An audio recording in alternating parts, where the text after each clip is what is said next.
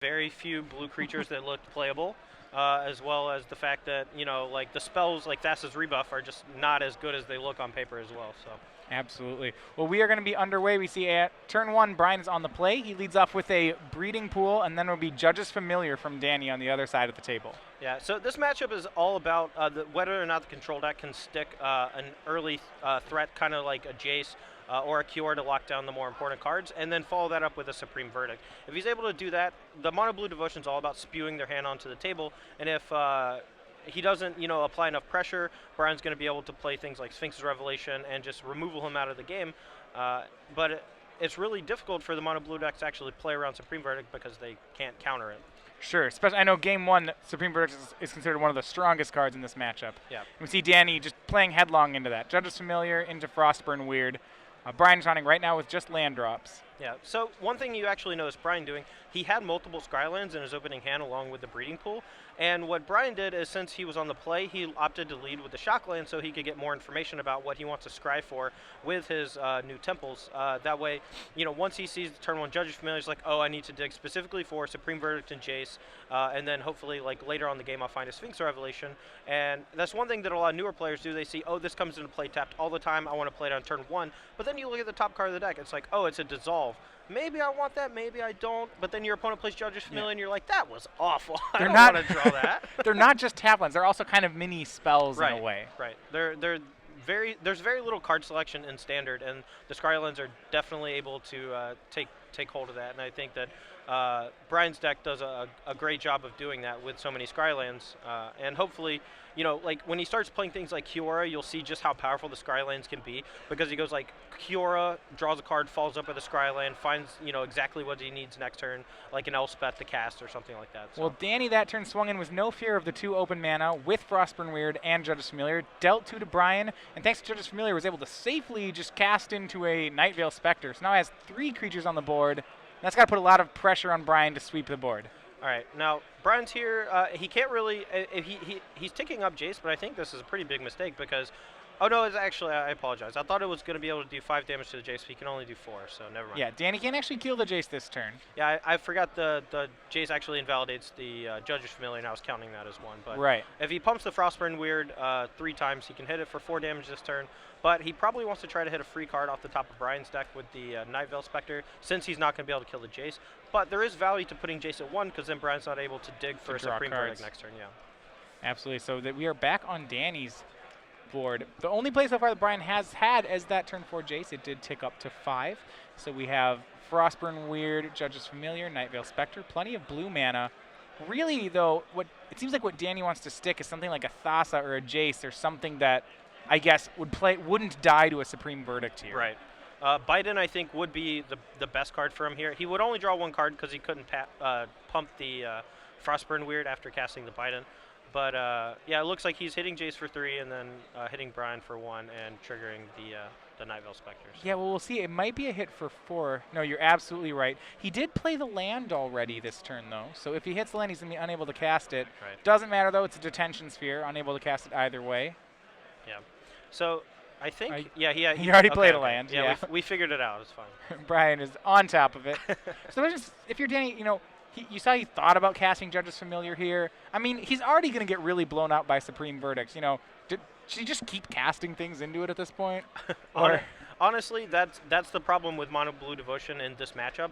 You actually you're in a lot of trouble if you do overextend and run Supreme Verdict, but against a Jace, if you're not able to put enough pressure on it, then you're going to end up losing to that. And right now it looks like Brian has a Last Breath in his hand, so he could actually has the option to +1 the Jace and then Last Breath the Frostburn Weird, while Danny can only pump it for 1.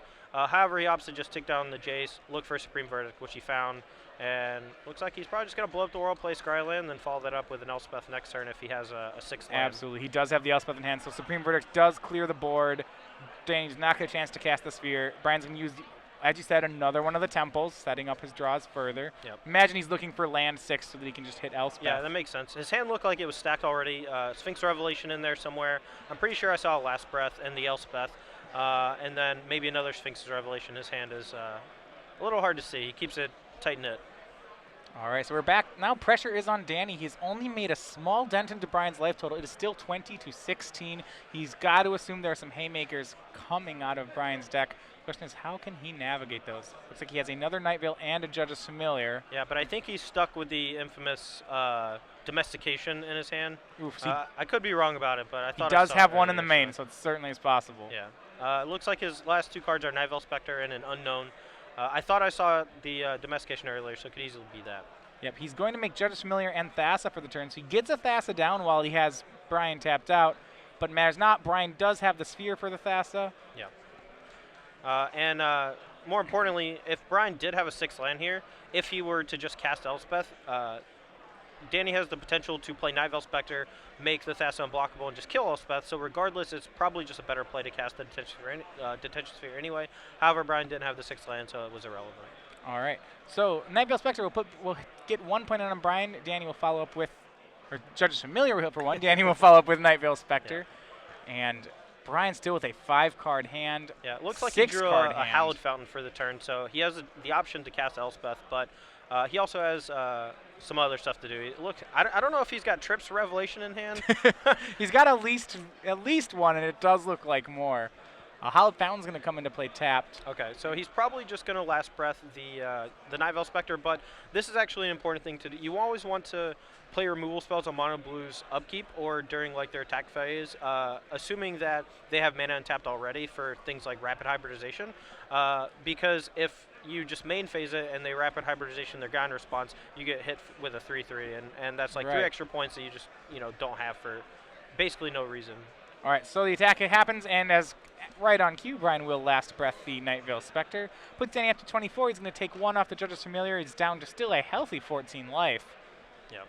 And Danny, if you look at the Rainer's hand, he plays a land. He has a Cyclonic Rift, I believe, is his last card there. Yeah, he has Cyclonic Rift and Domestication, unfortunately. So the Rift will buy him the Thassa for a turn if he wants it. That's the real problem with Rift in this matchup, though, is that it's really hard to build up a board presence strong enough against a Supreme Verdict type deck where your Cyclonic Rift's bouncing Detention Sphere is good enough, because he really has to be able to put 14 points of damage on the board, overload Cyclonic Rift, and then untap and kill Brian before Brian's able to recast the Detention Sphere and really take back control of the game. But Brian seizes the opening, though, so now that he has 6 lands, he has the board clear except for a 1/1 bird. Brian's going to go ahead and make Elspeth drop a 7th land, and the army of soldiers begins to assemble on his side. Yeah, but luckily for Danny, the Cyclonic Rift can buy him a lot of time against Elspeth because the tokens will disappear completely. However, I think he's going to go a little more aggressive here, and I guess he's grabbing Thassa.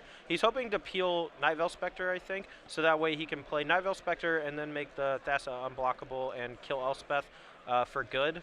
However, it's probably one of his only ways to actually remove the Elspeth. Yeah, right? but he's already been through 2 of his Night Vale Spectre, so it seems rather unlikely he's going to be able to have enough mana to do all these things. Well, he's going to go for it. So he gets the Scry on upkeep. Yep. We'll see what he can do with it. Yeah, he's going to have to somehow activate it. He drew the card straight to hand, though. It's Frostburn Weird, so he can Domestication a token and play Frostburn Weird, but I'm not sure if that's going to... Well, if he does that, he'll have no mana to make the Thassa unblockable. Exactly, and that's why I thought that maybe the Cyclonic Rift on the Detention Sphere, maybe you wait a few more turns, because you're at a pretty high life total. The Elspeth isn't really going to do that much damage, assuming that you're able to actually overload the Cyclonic Rift. But right now, Brian just gets to untap and recast the Detention Sphere, and Danny only got to scry 1, and he kept it on top. So that's basically like he spent 2 mana for Brian's 3 mana. He spent 2 mana and basically gave Brian, and basically got the chance to ship a Frostburn Weird, which he then declined. Right. And that was what unless he lost a card for it. See 3 more tokens made by Elspeth. And Brian and Pierce start pulling away. We know he has a Revelation left in his hand. Yeah. I don't know if he even needs it to take the game, but it certainly gives him an insurance policy. Right. I mean, Thassa's pretty powerful, and if Danny's able to turn it on here in the next turn or two, which he does have the Domestication, so he can potentially turn on this turn and then kill the Elspeth if Brian has nothing. We know for a fact Brian has something in Sphinx Revelation, but if he has a Counterspell, a Last Breath, or just a plethora of other cards, Danny's going to be in a lot of trouble. Yeah. So we'll see what he goes for. With Domestication, it's almost just a card that he has to play onto something just for devotion. Yeah, I mean, he might even want to play it on his own guy at some point in the match. If I guess he's obviously sideboarding it out, but it's just funny that he actually has a target, and it's a lowly 1/1 soldier of many. All right, so the domestication, that will do its important job of making Thassa active. So he'll make Thassa unblockable, and he's going to go for Elspeth. Yeah, but now Brian can have Azorius Charm. He can have any Last number Breath, of white instants. But he has none, so the Elspeth actually is successfully defeated. All right, so looks like he's going to rev here for X -1 to pay for Judge's Familiar, potentially. So, yeah, he's going to draw. 4, for and it looks like he found pretty much the recipe he wants, a Supreme Verdict plus a replacement Elspeth. Yeah, that's going to be game over. Danny's really low on resources. Brian just has a handful of gas. Looks like he does have at least one more Sphinx Revelation in hand, probably 2. Here's just a deal you 4 attack before he casts Supreme Verdict, and then follows that up with probably a Detention Sphere on the Thassa just to clear the board before he starts getting Elspeth active again. All right, so we're kind of at that point where the Bant deck's going to pull away. Looking at the matchup, though, I want to, a lot of people, we've seen a lot of these blue-white versus mono-blue matchups. That certainly is nothing new. The Bant Walker's deck, in a lot of ways, plays like blue-white, but at least you said you were able to test with the deck a little, right? Yeah. So tell me about Kiora, or I guess the green in the deck. So most importantly, I think green actually gives you a way to break in the mirror match. Mistcutter Hydra out of the sideboard is so phenomenal, and the only card in the mirror match that really trumps it is either they leave in Supreme Verdict, which is always bad, or they draw their Elspeth and you don't have a counterspell or like some way to stop it. I think that having that card also against mono blue is kind of just icing on the cake, because you actually do need a finisher against them sometimes if your Elspeths aren't good enough, or if they have like Cyclonic Rift or whatever. But yeah, now we've had access. This is now blue-white decks pre-Born of the Gods they could have splashed green if they wanted to. Is it really just the mana's clearly a lot better now? You get a lot more temples. Yeah, I mean, I actually think subtly the fact that you get the blue-white temple is really great for being able to splash a different color, because before we were having to play like weird guild gates that didn't really tap for the colors we need, but having the blue-white guild gate just makes the rest of your mana so much better that it's kind of like a trickle-down effect. It makes your entire mana base better, so that you're able to play more green sources without like too much of a drawback. Well, after that Wrath, Brian was able to reload a bit. Completely. He played an Elspeth, has plussed it 2 turns. Danny, off the top of the deck, has had some decent draws. He's scryed into Tidebinder Mage and Nightveil Spectre, so Thassa is online again. Yeah. But Brian, with that Revelation in his hand that he's now casting for an additional 6 cards, still seems to be firmly in control. Right. He's looking here for like an Azorius Charm or a Last Breath to turn off the Thassa. Actually, no, it looks like he already has the Azorius Charm in hand, so he's just digging for cards. And has the Azorius Charm to stop the attack, basically, because all he has to do is put Tidebinder Mage on top of the deck. That turns off the Thassa too. Elspeth stays at 6, untap. Can even cast Supreme Verdict if he wants to, so maybe even just put Thassa on top of the deck. He's really just buying time to an Elspeth emblem. Yeah. So yeah, he's actually going to let that Elspeth take 2 here. Puts Thassa on top. He's going to attack for 6. Deal 5 points of damage, cast Supreme Verdict, +1 the Elspeth again, and now he drew Dissolve, so he's just going to dissolve the Thassa, and that should be game over. Yeah, certainly we're at that point where Brian just has a multitude of resources available to him. That's Sphinx's Revelation. The only win con you actually need. Yeah. No, right. You have to play like an Elixir. So you have to play something. Yeah. They're not always going to concede to the 3rd Sphinx Revelation for 8+, so... They want to see how you win. Yeah, exactly. All right, and here's the segment. All right, we can see our first look at Kiora. Granted, this isn't at the spot in the game where we're going to learn much about the Kiora. But against Mono Blue, so would you powerful, say that it's right? over Kiora? I couldn't do Overkill and Kiora without... Oh, man. I was trying really hard. So much fun. Yeah. Well, certainly, You're at a loss for words. I'm at a loss for words. I was going to try to come up with a pun for it. Well, this game is really crashing down for Danny Strunk. There we go. I'm going to target... All right. Okay. Kiora, though, I'm interested in how it plays in this matchup. I know it's a powerful card. We've seen it actually on camera a lot be really good in these decks. The question is, I'm not positive yet where it's good and where it's bad. Okay, well, when you don't draw Sphinx Revelation, it's another great card to help you play catch-up.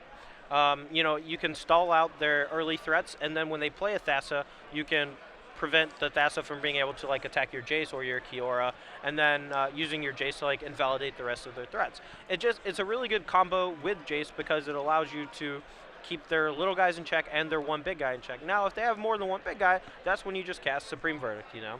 Sure. But I mean, the deck is just full of so many good cards that often cards like Cure are going to be overshadowed when you're casting Sphinx Revelation for 6+. You know, then you untap, cast Cure. It's like, okay, well, what's this actually doing? It's the late game card, right? Yeah, exactly. Eventually, it outclasses everything. Yeah, and Cure actually, I think, has a lot of added benefits against things like mono black control, where you can either choose to start ramping and drawing extra cards and really just like turbo fueling your late game, or if they don't have a hero's downfall within like the top 3 cards or something, you can just +1 and target like their Mutavault, or if they just have Desecration Demon and Blade, target that, and then eventually just ultimate, because making a 9/9 Kraken every turn ain't so bad. Absolutely not. Well, we're going to go to the sideboard here. Brian takes the first game off Danny Strunk. And this is, I think, where this matchup is going to, or I'm curious to see how it changes. In the past, the Mono Blue Devotion has really becomes an aggro control deck after sideboard. They board in something like 8 counter spells, you know, negates, gainsays, more Bidents, more Jaces, boards out all of its little creatures, and kind of becomes a one-threat counter spell deck. Sure. Now, what's interesting is that Brian's sideboard has he has options to transform here. I'm going to say, so he has the 4 Archangel of Thune. That's something that we saw in the Tomoharu Saito, Alex Hayne, Brad Nelson decks show up a couple of weeks ago. Yeah. But he's complementing it. He has 3 Brahmas and 3 Mistcutter Hydra. This is 10 full creatures that could all, in theory, be brought in here. Yeah. I don't know if you'd want all of them, but I'm curious, you know, is there a transformation going on here? Does he still become a control deck? I mean, personally, I wouldn't even bother. I think that really you probably want Mistcutter Hydra, but your plan is already so good against them. They have such a tough time beating Jace into Supreme Verdict that I think that that's just what you want to be doing. But when you start casting spells like Brimaz or Archangel of Thune, your Supreme Verdicts become much worse. And there's a pretty high chance that either Archangel of Thune or Brimaz gets invalidated very quickly by something like Master Waves or Thassa. And only Mistcutter Hydra can really break through that kind of stalemate that board would create. So I could see him wanting to play the game where he starts jamming Brimaz and Archangel and then follows that up with Mistcutter Hydra, but it just makes the rest of his deck so much worse. So in the past, even in pre-Born of the Gods, you didn't really like Archangel of Thune in the matchup. Okay. You didn't like Archangel out of the board pre-Born of the Gods? I mean, I did like it out of the board, not necessarily in this matchup. I think it's fine. This is one particular aggressive matchup where Archangel doesn't necessarily win the game on its own against something like the aggressive red decks or like green-red monsters, decks that don't really have a lot of answers to it. I think it's much better, and also the life gain matters a lot more, whereas the blue decks, Sure. They're just going to kill you in one massive attack usually. Yeah. I've talked, it's interesting, there's so many different opinions on this one. So I've talked to some players who really like the Archangel of Thune in the matchup because it gets around cards like Gainsay and Negate. Sure. You know, it's like, hey, if you can actually stick it against mono blue, it's good. Also, I do think there's something to be said that if you start, you still want to be a control deck at the end of the day. So, yeah. I mean, sorry, I don't mean to interrupt you. No, go ahead. So I think that the problem with the mono blue deck becoming an aggro control deck is that you don't really have a Delver of Secrets type cards. We're stuck playing things like Judge's Familiar as our threats, Tidebinder Mage, Frostburn Weird. Frostburn Weird is not very good when you're having to hold up like Sure. 2 mana every turn to protect like your opponent casting a Jace or a Sphinx Revelation. So it's going to be really interesting to see. I know he's definitely cutting Cloudfin Raptors. That's like they cut Cloudfins. go-to They number usually one. cut Tidebinders, Cloudfins, and some number of Master Waves. All right, well then, how are you killing them? How are you even turning on your your Thassas to actually win the game? That's my problem. So I mean, obviously, you have to find the perfect balance between sighting out the bad threats and bringing in the counter spells. Right. But when you dilute your deck this much, I don't understand how the deck actually has a game plan to win. It looks like his game plan is 3 Gainsay, 2 Negate, 2 Jace, 2 Bident of Thassa. That would be my guess here. I mean, if the win condition is Jace, that's fine, but you still have to fight through 4 detention spheres, all these counter Sure. spells. It's going to be difficult regardless. I mean, I'm not saying that it can't be done. I'm not saying that it's a bad plan. I'm just saying that the more you dilute your deck in sideboarding, regardless of whether or not you think it's a good plan, diluting your main deck, especially one as focused as Mono Blue Devotion, where you're just trying to turn on Thassa, turn on Master Waves, the more things you take out that actually turn on those cards, the worse your deck becomes. You're just a collection of medium-sized bears that don't really do a whole lot. How would you sideboard for the matchup then in a mono blue deck? Personally, I hate Gainsay in general. I don't like playing that card on my sideboard. I like playing a pair of negates. I think the Planeswalkers are good. The Bidents are good. Bident Thassa is generally the way that I like to take control of the game, and that allows you to play more creatures and rely a little bit less on counter spells. You really only need negates for things like Elspeth and Sphinx's Revelation. Other than that, maybe Jace, but I just like playing some guys and hopefully landing a Bident on turn 4 and drawing a bunch of cards. He does have 2 more Bident Thassa in the sideboard to go along with the one in the main deck. Perhaps that's part of his plan. Bident, I know that most players, especially if you've seen that in Sam Black's articles on the deck, he certainly says that he says Bident is pretty much one of the key cards in this matchup for the mono blue deck. Yeah, and from Brian's side, it's going to be the card that he wants to see the least. I think he's okay with seeing a Jace on the other side of the table for at least a little while, because he knows that if his opponent taps out for a Jace, he's going to be able to tap out for something big, whether it be Kiora, Jace, or an Elspeth, and that's going to give him a window to do so. But I mean, I'm not sure. The mono blue player is going to have an uphill battle for sure. Yeah. Well, all right. Well, we'll see what he's going to go with here. Brian to take a short break there, so we are back with Danny. Remember, will be on the play game 2 here. So he was down 1 game. These players are both sitting at 6-1. We're in an 8-round tournament, which means that it's going to take a record most likely of 9-1 from this position to make top 8. So the loser will be out of top 8 contention. The winner will still have some work to do, but certainly will be in a closer spot.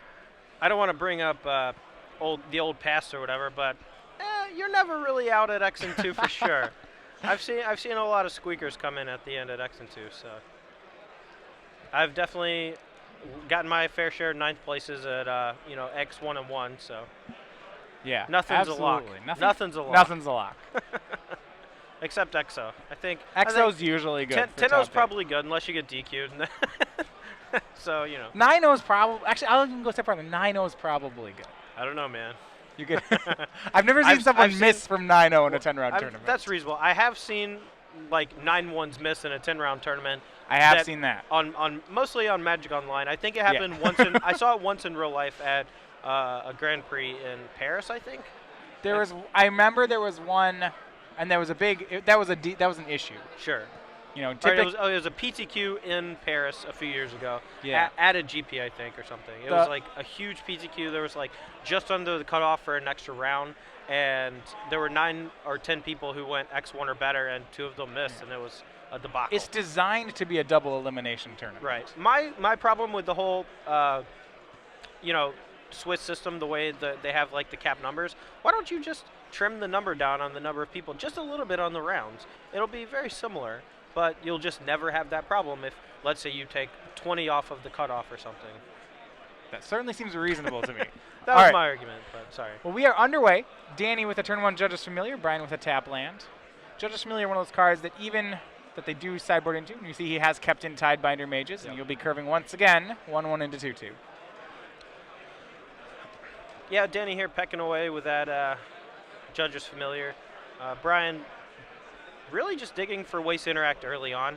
If he can, he's obviously going to survive to turn 4, but the question is whether or not Danny's going to have a Bident on turn 4 before Brian's able to cast Supreme Verdict. And if that's the case, Danny's going to lose some creatures on the board, but he's going to have a handful of cards still. If you look at interestingly enough, if you look at the players' hands, both players have decided to board in Pithing Needle in this matchup. Well, I don't really know what Brian's going to be naming with Pithing Needle. I guess maybe he suspects. Oh, actually, that's a reasonable conclusion. Yeah, Mutavault's definitely big. However, he doesn't know that Danny only has 2 Mutavaults in his list. Oh, wow. Danny opted to play a bunch more islands in order to have less of the super awkward draws between Nivell Spectre and Mutavault. I'm not sure I necessarily like that. The Nykthos in there, when you're cutting Mutavaults and still playing Nykthos, I feel like there's a problem. Right. All right, well, we'll see a turn 3. Just more temples from Brian. That's 3 temples in 3 turns. No plays yet. But Danny also had no turn 3 play, so we'll pass back. Yep. Danny here sitting on a Negate and a Pithing Needle and at least another land. I'm not sure what his last card is. But definitely putting a reasonable amount of pressure on Brian. And the real question is whether or not Brian has a Supreme Verdict or a Jace. But if he has Jace, it's going to get negated. If he has Supreme Verdict, it's going to buy him a ton of time. Well, here's that aggro control plan, I guess, or at least what I've seen a lot of mono blue players on camera here do. It's they play about 3 power worth of creatures and sit back on counter spells and force the control deck to tap out. Yeah, but the problem here is that if Brian does have Supreme Verdict and Danny just has a handful of counter spells, he's not going to be able to put any more pressure on Brian for a few turns, and that's going to allow Brian to eventually resolve one of his bigger threats. So we're going to see the Supreme Verdict was made by Brian. Danny's going to have a follow-up. We'll see what it is. Well, it looks like he has a Jace Architect of Thought, so he's going to be able to dig for some cards, but card advantage from the mono blue side is not really... It's not as important. Yeah, I mean, it's good. It's obviously good. You need to refuel, but you also need to apply pressure. And I think that Biden does a much better job at that. But it looks like here comes Jace Memory Adept. But Brian does have the Pithy Needle for it, so it's not going to be that big of a problem. Yeah, that was interesting. The split was Night Veil Spectre, Frostburn Weird, Jace Memory Adept. Danny, confident enough in the Adept that he picked it over the other 2 cards put together. I mean, that's reasonable. He obviously knows that's his plan. Yeah, I mean, his plan is to hopefully mill Brian out eventually and maybe have a counterspell backup or 2. But, well. And that is a surprise. It's a Cloudfin Raptor also made on that turn. I have not normally seen that kept in. Yeah, I mean, and that's one of the reasons why we said you should probably take it out because, I mean, if you look here, he's been Supreme Verdicted, and now he just needs any threat to follow up to actually make the Cloudfin Raptor into a threat. But it's not even going to be that big of a threat. So Cloudfin Raptor, definitely not a great card in this matchup. I know a lot of people have a tough time sideboarding against Ban. I tried to write as much as I can about very specific things that are good and bad in certain matchups, such as why Cloudfin Raptor is bad in the matchup, as opposed to this is a sideboarding guide. You know? Right. And I think it's important for people to just understand that cards that are only good if you overextend onto the board, such as Cloudfin Raptor. Right. The problem is that you don't want to extend onto the board. Right. You want threats that are standalone threats. You want Tidebinder Mage. You want Frostburn Weird. You don't want Cloudfin Raptor. All right, well, we see Brian dipped into his sideboard there last turn as he cast Archangel of Thune. That card, a heavy lifter against Mono Blue, just because of how hard it is for Mono Blue to interact with the card. Yeah, I mean, they don't really want to keep in the rapid hybridizations, you know, but maybe if Danny ends up taking this game from Brian, then maybe he brings back in the rapid hybridizations. Maybe Brian's like, well, I'll do the get you plan, and I'll sideboard out all my creatures, and then you have a bunch of dead cards in hand, so... Well, this is a Jace cast from Danny. That's going to be a little bit of a hasty cast on his part. He did that before activating his first Jace, so he's going to miss the free cards off that one. Yeah, I mean, the new Planeswalker rule is a little awkward. I guess in this situation, if it was the old Planeswalker rule, it'd be way worse, right? So yeah, it's okay. The old Planeswalker rule, he'd lose them both.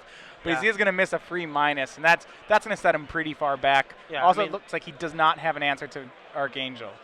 Yeah, Pithy Needle, I'm probably going to be naming Elspeth here if I had my guess. Yeah, but we'll get confirmation from that. Yeah, he's answering cards in the dark, but there still is a problem that he doesn't have an answer for the cards in play. You're absolutely right. Elspeth Sun's Champion was the named card off Pithing Needle. Yeah, and here Brian's actually going to draw a chump block from the Cloudfin Raptor because he's attacking the Jace. But unbeknownst to Danny, Brian does have Pith Needle and Detention Sphere in hand to take care of it, so it's not going to be too big of a problem. It looks like his game plan was to chump and mill for 10. That's a pretty tenuous game plan, I would say, against a control deck, because you'd assume your opponent has some sort of way to interact with that. Right, and Brian here is just taking full control of the game. He has a threat on the table, a Planeswalker that can be both a card advantage engine and a protective barrier against the rest of Danny's deck. Danny just left with a lonely negate in hand and not a whole lot to do with it. Yeah, so Jace will -2. The split is Azorius Charm, another Jace, and a Temple. Yeah, Brian's short on land, so definitely going to be taking the land and the Jace here. So. Yep, so he goes ahead and does that, takes the Temple, scries off it. And now with 2 threats in play, it seems like Brian doesn't really need much more. He's successfully dealt with Danny's whole board, has a threat and a draw engine. Yep, and just so happens to have Sphinx Revelation in hand, along with 4 more answers to everything Danny could ever do. And that's blue-white control. Yay! Yep, that's just so Judge is familiar from Danny. That's not going to be good enough to stand up to the Angel. Yeah. Brian draws an Elspeth for the turn. Currently locked down by the Pithy Needle on Danny, but not that he even needs it anyway. The Archangel of Thune plus Jace, definitely just going to be taking over this game. Brian going to be gaining a ton of life here. Yep, Angel swings for 4. He's actually going to go ahead and swing at the Jace that he's needled. Yeah, I mean, this is actually a heads-up play by Brian. He knows that he's got a complete lock on the game, and one of the easiest ways for him to lose is if Danny just has something like Cyclonic Rift or some way to get the Pithy Needle out of play, and then just mills him for 10 over the course of like a few turns before Brian can actually catch up. So even though he has like such a huge board advantage right now, and Danny here also negating Elspeth for Which he's almost already the exact needled, same, yeah. almost for the exact same reason. But this is one of the reasons why I don't like playing this really reactive role from the mono blue deck, because now you've wasted a Pithy Needle as a card, a negate as a card to deal with one Elspeth from Brian, and you have no real threats in play. And he still has the Cloudfin Raptors too. So I guess he probably sideboard out all his Master Waves, but honestly, I don't really know how he can get out of this. There aren't a lot of cards in his deck list that can do that. But Yeah, he's going to go ahead and take this opportunity while he knows Danny's whole hand to Revelation for 3. He's doing that pre-combat to get an extra counter on Archangel of Duin, which is now up to 6 power. Plus, he did need to hit a land drop this turn, I believe. But Sure, absolutely. And that's going to come crashing in. Danny drawing, as you said, another Cloudfin Raptor. Not a good standalone threat. Not that many threats would be particularly helpful at this point. Yeah, I mean, in this situation, he's too far behind, but I think it's just sort of like a coalescence of, having not like cards in your deck that aren't that great, as well as having a plan that doesn't really do what you want it to do. Yeah, you don't want to overextend. So that's why you board in cards like Biden, so that if you get a Biden down, then suddenly Judge's Familiar becomes a must-kill, Frostburn Weird becomes a must-kill. Yeah. But even in that situation, Cloudfin Raptor isn't. Yeah, and it's also important to note that since Danny is only playing 2 Mutavaults, Mutavault being one of the better cards in this matchup, and as you can see, one of the reasons Brian did bring in Pithy Needle. So. Yeah, well, that will be the match. Braun Duin 2-0 defeats Danny Strunk. He'll move up to 7-1. Danny will move down in 6-2. So Brian still looming for the top 8 spot in our standard open. Remember.